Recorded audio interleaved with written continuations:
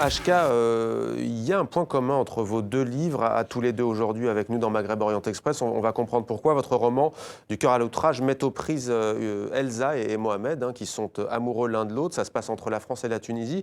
Mais d'abord, avant de vous entendre, j'aimerais justement lire un extrait, puisque Mohamed, justement sur Facebook, lui aussi, écrit le 11 janvier à 23h32, ce post sur sa page Facebook: « Maudit soit Daesh, maudit soit celui qui sème la mort en notre sein, maudit soit-il. Non, je n'ai pas peur de défier cet assassin, maudit soit-il, et tous ceux qui l'ont enfanté, maudits soient ceux qui le soutiennent, maudits soient ceux qui le tolèrent, cela font naître notre colère. » Voilà ce qu'écrit Mohamed sur ce post Facebook. C'est pas un hasard si on voit à la fois dans votre troisième roman et dans le récit, le témoignage hors norme d'Ala Konmani, cette question des réseaux sociaux, vous qui naviguez des deux côtés de la Méditerranée, c'est quelque part comme la poésie, comme la chanson, comme l'écriture, une soupape au fond. C'est dans ce passage très particulier, donc on est suite à l'attentat de Charlie Hebdo, Ouais. quelques jours après, où il y avait une sommation. Alors Mohamed qui écrit, donc l'histoire, c'est une histoire d'amour entre Mohamed, franco-tunisien, musulman, et Elsa, normande, athée.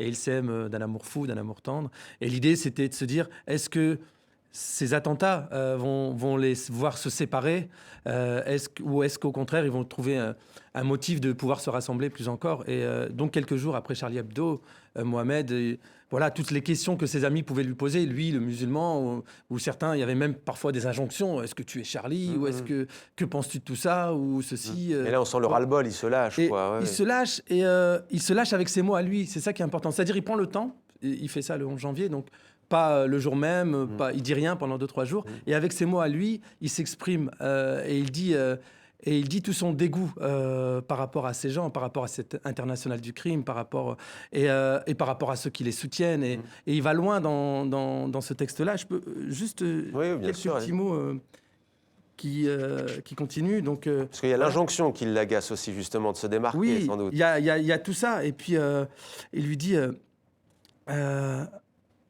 Maudits soient ceux qui entretiennent la psychose, tellement utile à leurs yeux, si nécessaire leur cause.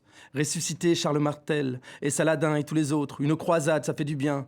Il était temps, on a de vieux comptes à régler. Maudits soient ceux qui se nourrissent de ces méfaits et de ces crimes, ou quand l'humanité s'abîme, qu'elle se désole face au miroir de ces vilaines turpitudes, de ces affreuses certitudes, de ces foutues habitudes. Maudits soient ceux qui n'en disent mot, qui laisse faire, on verra bien. Non, le silence n'est pas un crime, il n'est que permission passive pour que les choses jamais ne changent. Maudit sois-tu. Tu parles à Dieu, toi qui n'as jamais su parler aux hommes, ni à ta sœur, ni à ton frère, toi qui fus renié par ton père, le jour maudit où il comprit que pour ton âme et ton esprit ne pouvaient plus rien faire, toi qui fis tant pleurer ta mère, des larmes rouges au sang amer, qui fit naître en son esprit et au plus profond de son cœur l'affreux remords, celui d'avoir donné la vie à quelqu'un qui sème la mort. Bénie soit-elle, elle n'y peut rien si le diable un maudit matin s'est emparé de son fils, fit de lui son odieux complice. Maudit sois-tu et tous ceux que tu rends heureux, qui reprennent vie à chaque fois que tu sévis. Ouais. Là, on voit toute la complexité au fond. D'ailleurs, c'est ce qui transparaît dans votre disque, et aussi dans l'Empire de papier, et aussi dans ce troisième roman. C'est qu'au fond, vous vous interrogez sur le monde qui nous attend. Vous dites qu'on est à la croisée des chemins, que ce soit en France, mais pas seulement. Il y a deux choix, au fond. Il y a deux choix. On doit s'élever face au terrorisme et on doit s'élever face aux xénophobes. Et je dis souvent, ils sont les deux faces d'une même pièce. Quand l'un prospère, l'autre progresse, et vice-versa. Et ils s'entendent pour que des gens comme nous, jamais plus ne s'entendent. Et ils ne veulent pas qu'on vive ensemble, et ils ne veulent pas qu'on danse ensemble.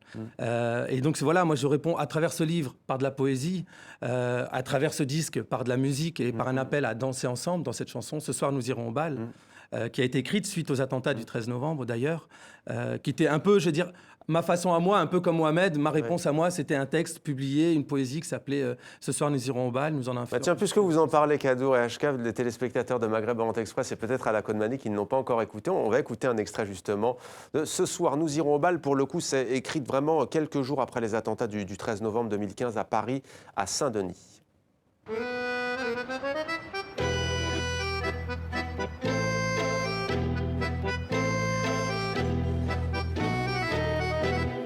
Ils voudront nous diviser, du premier jusqu'au dernier, chercheront à petit feu à étouffer nos libertés.